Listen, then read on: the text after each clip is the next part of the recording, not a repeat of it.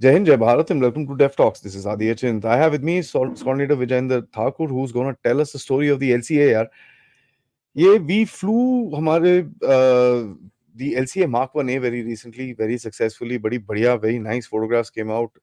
Beautiful looking aircraft, and of course, we all know it's a nice upgrade over the.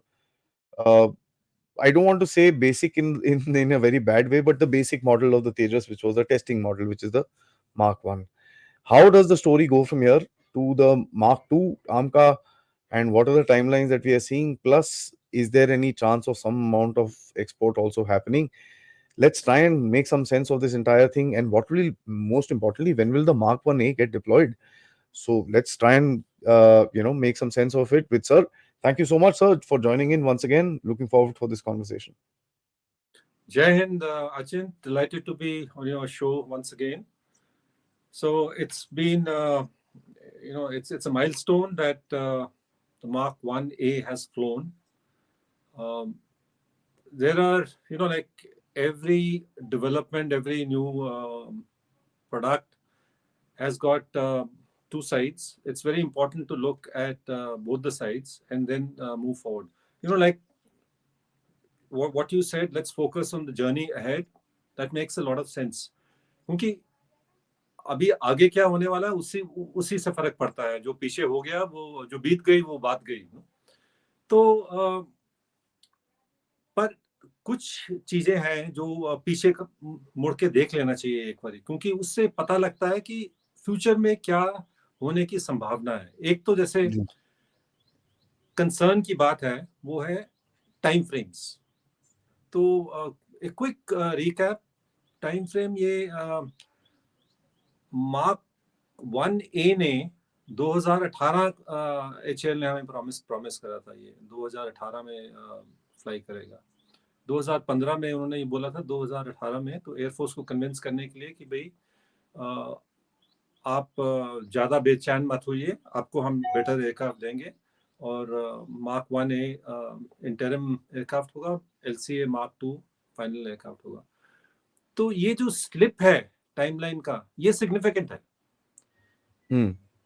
ये slip हमें मतलब कि उम्मीद करना चाहिए ये स्लिप दोबारा नहीं होता, क्योंकि जो अभी तक हो रहा है, LCA slipped, mark 1 slipped, mark 1A has badly slipped. In fact 2017 में एचएएल चेयरमैन ने एक स्टेटमेंट दिया था कि ये फर्स्ट फ्लाइट 2019 में होगी. मेरा कहने का मतलब है कि 2 साल का आपने 2017 में बोला, 2019 का आपने एस्टिमेट लगाया, 2 साल लगेंगे डेवलपमेंट में, और लगे कितने? 7 साल. 7 साल. तो वी कैनॉट अफोर्ड HAL ऐसी मिस्टेक्स, ऐसा मिसलीड नहीं करना चाहिए. ये फिर हमारी डिफेंस प्लानिंग स्क्यूड हो जाती है. एयरफोर्स में वीकनेस आ जाती है, क्योंकि एयरफोर्स इंतजार कर रही है और दुश्मन अपने आप को आर्म कर रहा है. तो ये दुविधा में पड़ जाते हैं एयरफोर्स लीडरशिप की, भाई अब क्या करें हम.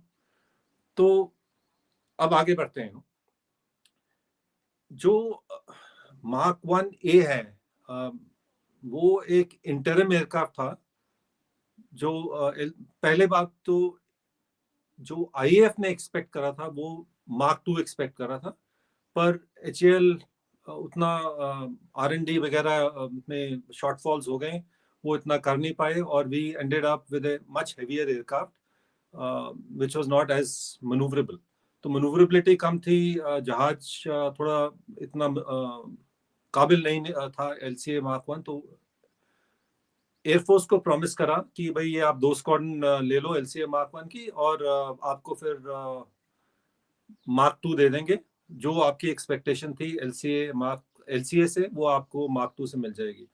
पर उसमें भी प्रोजेक्शन में उन्होंने बहुत गड़बड़ करी, क्योंकि प्रोजेक्शन थी मेरे ख्याल 2015 की इनिशियल LCA मार्क 2 की. फिर डिले हुआ, तो उन्होंने बोला कि चलो LCA मार्क 1 में जो हमें तैयार करने में देरी लग रही है, जो इंटरिम हम टेक्नोलॉजी वो दे रहे हैं, उसमें आपको मार्क 1A में दे देंगे. तो it is a interim measure. Ultimate जो गोल है एयरफोर्स का, वो उनको एयरफोर्स को रिक्वायरमेंट है मार्क 2 की. Now I will switch sides. Mark 1A बड़ा, it is not a it's a very capable aircraft. It is a capable aircraft, even today. इसका भी एक कारण है, क्योंकि हर जहाज आप जैसे अगर हम रैप्टर डिप्लॉय करें या F-35 डिप्लॉय करें, हम कितने रैप्टर और कितने F-35 अफोर्ड कर सकते हैं? ज्यादा से ज्यादा हम 4 स्क्वाड्रन 5 स्क्वाड्रन अफोर्ड करेंगे, पर हमारा लैंड बॉर्डर इतना बड़ा है और दोनों साइड में हमारे दुश्मन है, हमें वो चलेगा नहीं। अगर हमारे पास 200 जहाज है, 200 लड़ाकू जहाज है हमारे पास, तो वो बॉर्डर को कवर नहीं कर पाएंगे। जितना भी Correct. आपका केपेबल जहाज होगा, वो बॉर्डर में गैप्स छोड़ेगा।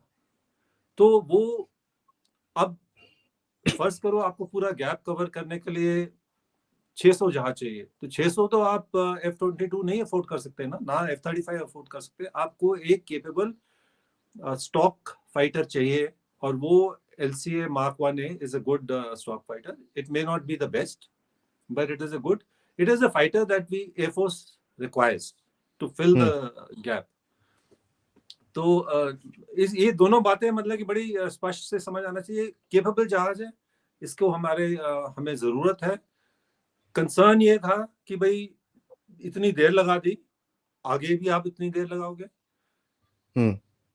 अगर कोई डिस्पैशनेट ऑब्जेक्टिव एनालिसिस करे, अगर आपसे पूछा जाए कि भाई देखो इन्होंने 2017 में बोला कि भाई 2019 में आपको मार्क 1A दे देंगे, तो अभी जो बोल रहे हैं कि मार्क 2 2025 के एंड में फर्स्ट फ्लाइट होगी, उसकी वो संभावना है कि नहीं है? मैं तो ऑब्जेक्टिवली बोलूंगा नहीं है भाई।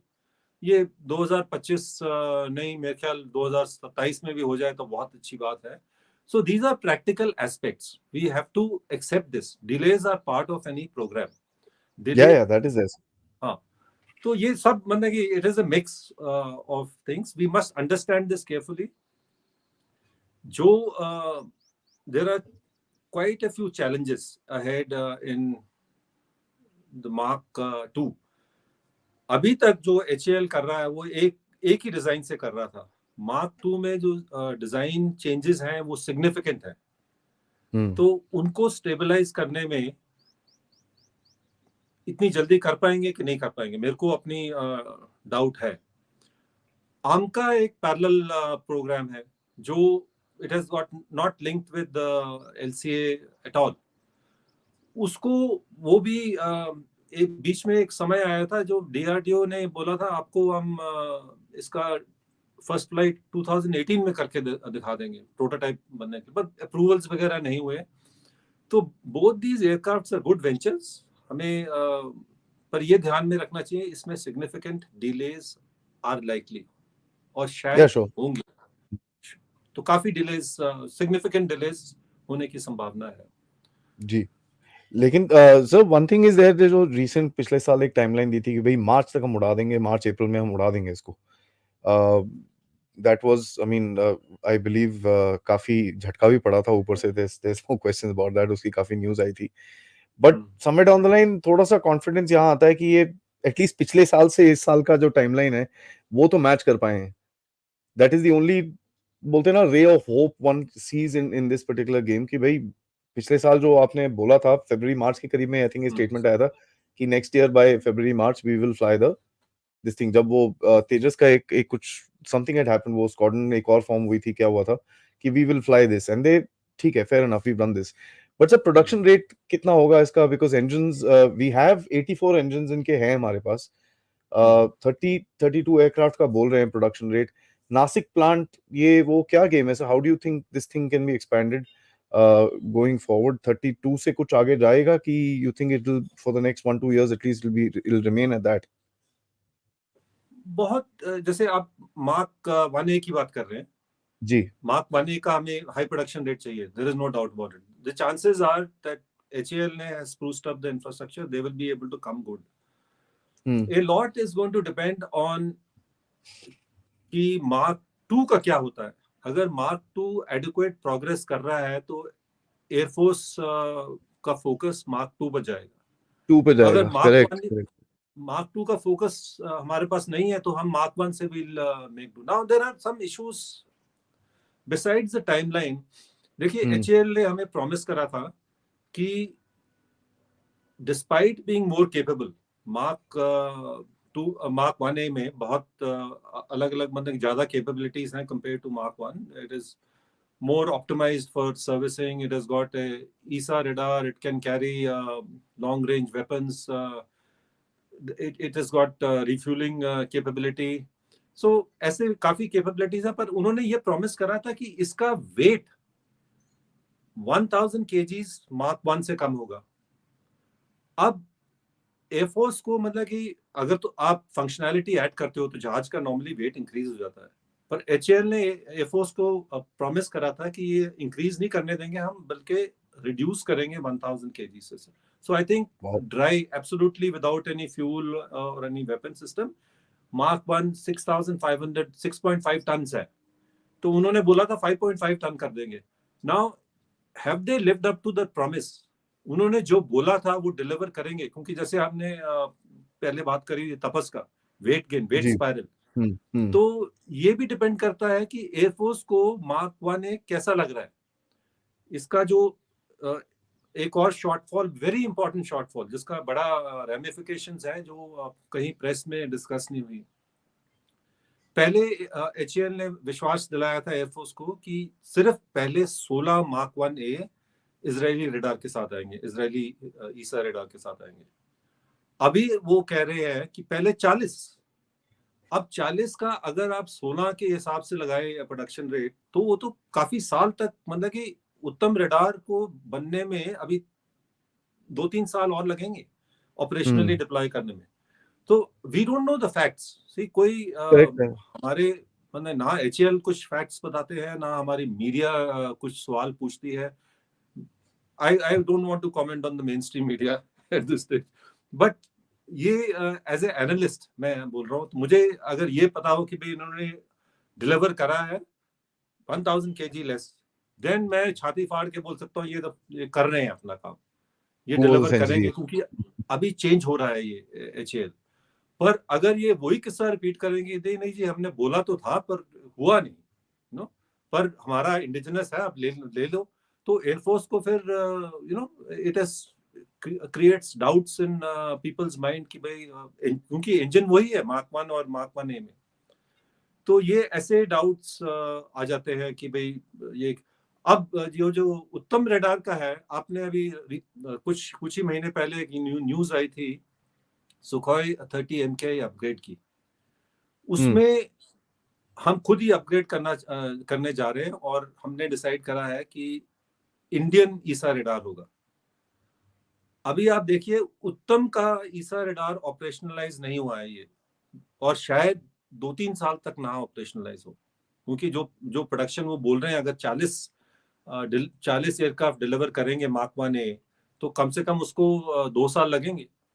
तो 2 साल तक, उसके बाद फिर उत्तम रडार के साथ आएगा एलसीए। तो इसका मतलब ये हुआ कि हमारे पास ईसा रडार ऑपरेशनल उत्तम भी नहीं है।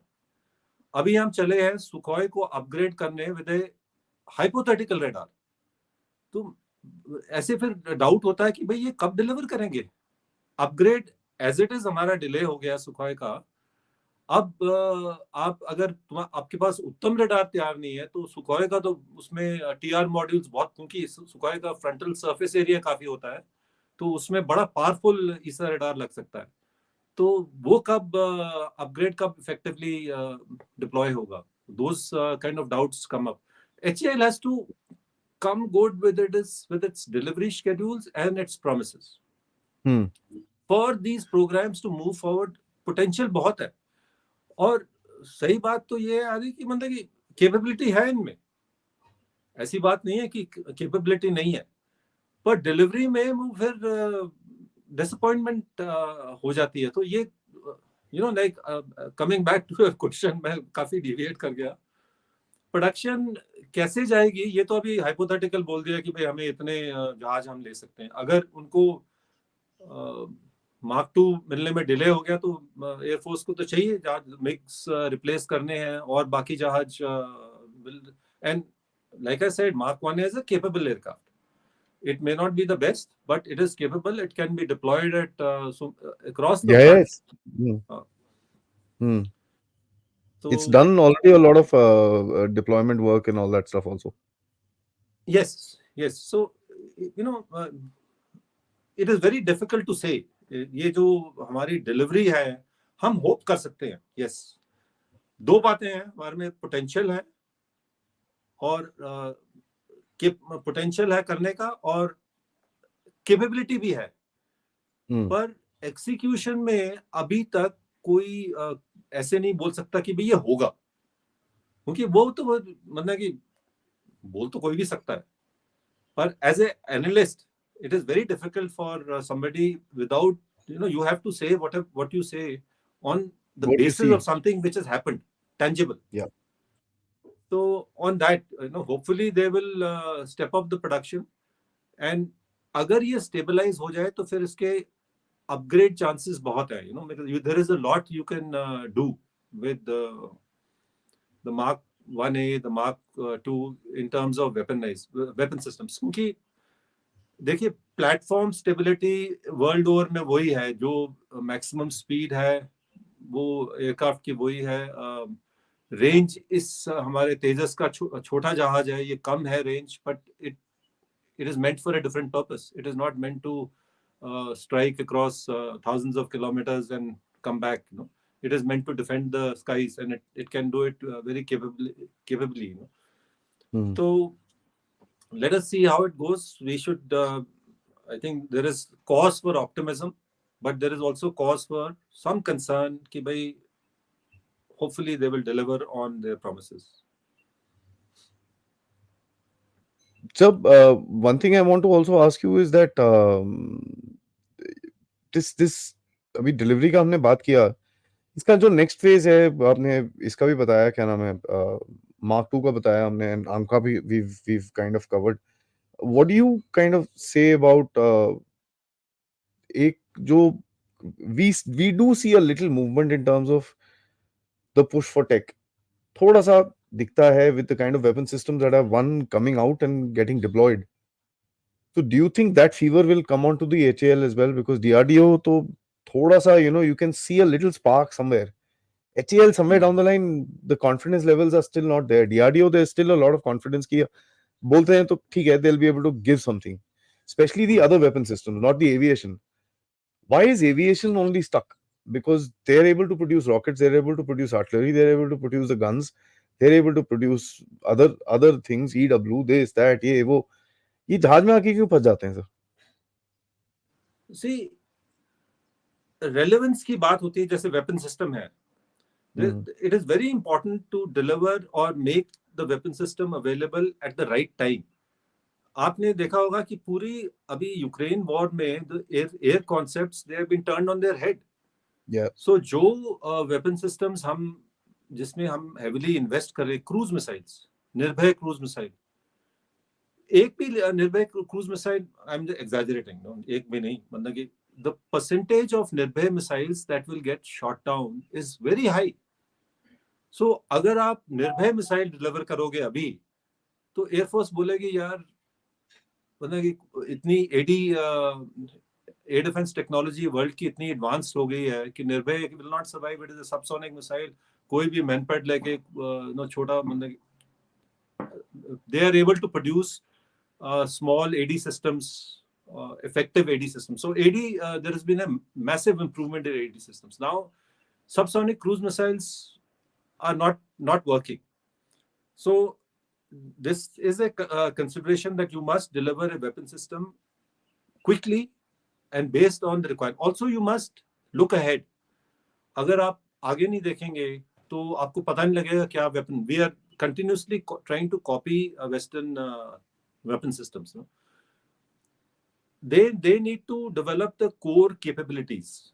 जैसे ये हो रहा है, there is no doubt about it. If you start developing UAVs en masse, अभी जो बात हो रही है, they are talking in Ukraine, they are talking कि भाई जितने हमारे पास आप शेल दे रहे हो, अगर आप यूक्रेन की रिक्वायरमेंट 1 मिलियन शेल्स की है तो उनकी रिक्वायरमेंट 0.75 मिलियन FPV UAVs की है।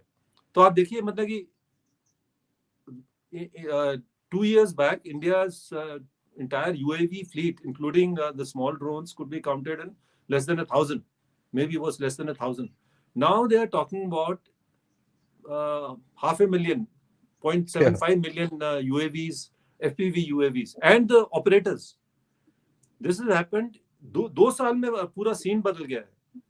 तो correct. एक तो ये जो जब एयरक्राफ्ट इंटीग्रेशन का जो प्रॉब्लम होता है, वेपन कोई बना रहा है, उसको इंटीग्रेट करना है, फिर एयरक्राफ्ट में आप ये नहीं है कि कुछ वेपन आपने लगा दिया, उसका जो कंप्यूटर सिस्टम है, जो एमिंग एंड वेपन एमिंग सब system, so you have to get the target coordinates and it is very important how it is done. For example, अगर आप मिसाइल कैरी कर रहे हैं, air to surface missile carry कर रहे हैं, तो अगर वो जिस कोऑर्डिनेट पर उस मिसाइल ने हिट करना है वो ग्राउंड पे प्रोग्राम करोगे कि आप एयर पे प्रोग्राम करोगे कि या ऑटोमेटिकली सैटेलाइट डिटेक्ट करेगी और वो ऑटोमेटिकली वेपन सिस्टम प्रोग्राम हो जाएगा कि भाई ये कोऑर्डिनेट पे मुझे जाना है।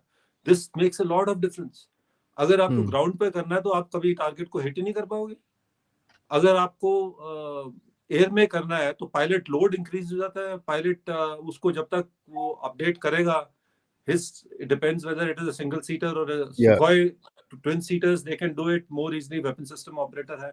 So these kind, integrating a weapon into a fighter aircraft ज्यादा कॉम्प्लेक्स है। इसमें काफी अदर फैक्टर्स आ जाते हैं, limitations of carrying, limitations of jettisoning. अगर आप उस वेपन लोड को फायर नहीं कर सके तो उसके साथ वापस लैंड कर सकते हो कि नहीं कर सकते हो। These factors come in and there is a lot of testing करना पड़ती है। I hope I answered Makes your a lot of question. sense. Yes, it makes a lot of sense, sir. Makes a lot of sense. You know, one of the things that we also see, मैं last में आपसे ये पूछना चाहूंगा कि uh, you we need to kind of not just span up the controls, or I mean the production levels. दूसरा है हमारा engines है, and Prime Minister मोदी ने I think about 1-1.5 महीना पहले एक स्टेटमेंट दिया या ड्यूरिंग द वायु शक्ति, ही हैड सेड दैट हमारा जो 5th जनरेशन फाइटर है वो हमारे अपने इंजन के साथ उड़ेगा। There is some movement as far as GRT is concerned. हमने देखा है आफ्टर बर्नर इक्विपमेंट गई है वहां पर, काफी कुछ, there is a lot of movement. Suddenly थोड़ा सा एक झटका सा दिखता है, you can see the dust flying up. ये क्या हो रहा है सर? आप थोड़ा सा इस पे भी थोड़ा सा लाइट डालें, and I'd probably request you if we can do a separate series, separate talk on India's engine program as well, from small to big, because हमारे पास I have seen guys making छोटा jets to the main jet engine as well. So we could probably look at that a little later. But how do you kind of see this Kaveri ka development, Avi? See, there is a trend worldwide of countries now not buying weapon systems, they want to buy the technology. Correct. This is a worldwide trend. In fact, अभी एक Rosoboronexport, जो Russian export firm है, weapon export firm, उन्होंने खुद admit करा कि within the next 5 years, I think by 2030 they quoted, so 6 years कह लो, 40% of sales. So worldwide there is a trend, हमें ब्रह्मोस मत दो, हमें बनाना सिखाओ। हमें इगला मत दो, हमें इगला बनाना सिखाओ, बनाने की टेक्नोलॉजी दो। तो ये पहले से ही डीआरडीओ को ये करना चाहिए था कि हर चीज मार्केट में, हमने मेरे ख्याल ये पहले भी डिस्कस करा, हर चीज मार्केट में बिकती है। अगर आप उनको बोलोगे भाई हमें इंजन दे दो, ये इतना अच्छा engine, you are tying yourself up in knots, because they can impose sanctions, they can not give you the full technology, hold back some things, say कि भाई we will not tell you how to make these materials। ये sign नहीं करा था। अभी contract sign करते करते ऐसे थोड़ी कि तुम 5 साल लगा सकते हो कि पूरा डिटेल में जाओ, 5 साल में तो टेक्नोलॉजी चेंज हो जाती है। It is the spirit of the contract. Now it has changed. we should not be buying engines. We should be going to people, the right people, saying कि भाई हमें ये crystal blade technology चाहिए, आप कितना लोगे? फर्ज करो वो क्रिस्टल ब्लेड टेक्नोलॉजी की जो फेयर कीमत है वो है $50 मिलियन। मतलब कि जिसको बेचना है वो बोलेगा यू नो कि ये $2 बिलियन लेंगे हम इसका, उसको पैसे बनाने हैं, दे दो उसको $2 billion and take the technology and now build upon it. That is an approach that is the right approach, and the Prime Minister is like on the right track. They need HAL. See, उसमें क्या है कि ये जो agencies है हमारी HAL, उसका failure का चांसेस आ जाता है, और ये ब्यूरोक्रेट जो रन करते हैं वो ये रिस्क नहीं लेते कि भाई हमें अगर टेक्नोलॉजी $2 बिलियन में खरीद ली फिर बना नहीं तो हमारे तो पेंट उतर गई। वो ये सोच के डर के वो बोलते हैं नहीं हम इंजन ले लेंगे, ये change technology. We have always shirked taking, we have TOT has been made available to us. We have not built on that TOT because we are in our comfort zone. Minister ji को जाके बोल दो, complicate कर दो, उनको confuse कर दो कि भाई ये तो नई टेक्नोलॉजी है, हमारे पास कैपेबिलिटी नहीं है, ये आपको खरीदना पड़ेगी। तो this is what is been happening truly. it's a approach where you don't want to take risks, public sector, because bureaucrats are running it. You need people like entrepreneurs who are risk takers. We have very limited entrepreneurs who are risk takers, but we need more people who are risk takers. We have, ऐसा बात नहीं है कि नहीं है, उनको encourage करना है, उनको बोलो कि भाई आप कहीं से लेके आओ, मुझे मत बताओ कहाँ से लेके आ रहे हो, कैसे लेके आ रहे हो, पर ये बनाना सीखो, तुम्हें मतलब कितना चाहिए पैसा। This is anybody, even corporates, that is what they do. They get some executive, they say भाई तेरे को कितनी तनख्वाह चाहिए, $4 मिलियन पर एनम, करो ये करो, डिलीवर करो, if you don't deliver you are out, right? And if you deliver, so this is the right approach that the government has adopted, and we should stick with this approach. जहां failure हो रहा है वहां कोई बात नहीं, बाहर से मिल जाए, इंटरम में टेक्नोलॉजी वो प्रोडक्ट खरीद लो, फिर कहीं और किसी और को वो दो टेक्नोलॉजी जो आई है। So I think with this new approach, things can move much faster. Absolutely. Let's hope so, sir. Sir, as always, thank you so much. Aapka insights are very, very, in depth, and as a matter of fact, we get a clear picture of what is happening. Although ये बड़ी technical चीजें हैं, but as citizens हमको थोड़ा, I mean, we are interested to know and we are interested to make sure हमारी Air Force के पास 42 नहीं है, I mean 42 में 24 और डाल दो. We should have the capability of actually producing that kind of numbers for our Air Force. Things aren't very peaceful as far as geopolitics is concerned. Lastly, sir, comment on the export potential. Philippines के साथ बात काफी आगे चल रही है, and this is something which is pretty well known now. There are 2-3 other countries that were in talks. Geopolitics does play a big role, and this is probably the first time you will sell, if it happens, you will sell a fighter aircraft to anybody. तो आप कैसे देखते हैं? Do you think that we have the potential, and do you think international order will actually force the system to produce a little more than what we are doing? See, a export contract is always a good thing. I would go to the extent of saying that HAL must build up its export capabilities, even at the cost of the Air Force. We'll see, like Russia does that. Russia has got a lot of weapon systems that are not even used by them. They never had the Sukhoi 30 MK. After they made the Sukhoi 30 MK for India, they made an analog of it for themselves. So this is an approach, and there is no, like, you should not allow emotions to come in. अगर कुछ चीज बिक रही है उसको बेचो, पैसे कमाओ, reputation build करो. अभी build हो रही है reputation, because I follow a lot of foreign this thing. They now are exports to Armenia. They're talk of the town, because there is negative this thing discussion, there is positive discussion. Negative discussion of course is कि भाई shells दिए हैं 155 mm के, वो शायद Ukraine में divert हो रहे हैं. So we are actually supplying shells to the, but that's all right. That's not the company that is ATAG's ka fault. Yeah. That is somebody else's fault. We must export the guns wherever we must export the aircraft. Now there is, like we have discussed, there is a lot of limitation with the LCA Mark 1A export because a lot of technology, engines, etc. are procured from abroad. But these things will change. वो तो अभी है ना. आप बेचोगे तो इस पर थोड़ी रिस्ट्रिक्शन होगी, यूएसए का कंट्रोल होगा या इजराइल का कंट्रोल होगा. जो नेक्स्ट प्रोडक्ट बेचोगे उसमें कम कर देना कंट्रोल, अपना इंडिजिनस कंटेंट बढ़ा दो. So this approach we have to be aggressive in whatever हम जो भी करना चाहते हैं, एग्रेसिवली करना चाहिए और सक्सेस आएगी. फिर सबने ऐसे करा है. ये कोई देश ऐसा नहीं है. They have always there has been sharing of technology whether voluntarily और इनवॉलंटरली. चाइना भी यूएस टेक्नोलॉजी यूज करता है, वो पूछ के नहीं यूज करता, वो यूज करता है. So to that extent we must follow that कि we have to build something. भाई हमें दे दो, पैसे ले लो, अगर नहीं दोगे तो हम ले लेंगे कैसे, है ना. So that's the approach we have to follow, because if you want to be a world power, that is what world powers do.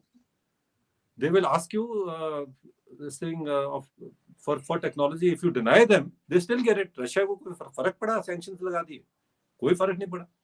So we also must once people understand that India is on its path and nothing will shake it, they will agree. They will, जब आप पहले बारी मांगोगे कि भाई हमें ये दे दो, वो बोलेंगे ले लो. So it is something which is very positive, and let's hope the deal comes through. We need to sell. These are very capable systems, BrahMos, LCA, and they are big systems. They will have an impact on the countries in Africa, South America, that India is a exporter to be reckoned with. As a matter of fact, अभी last week की update आया था कि 21,000 crores के हमने defense exports already कर दिए हैं. So that's yes, something which is wonderful.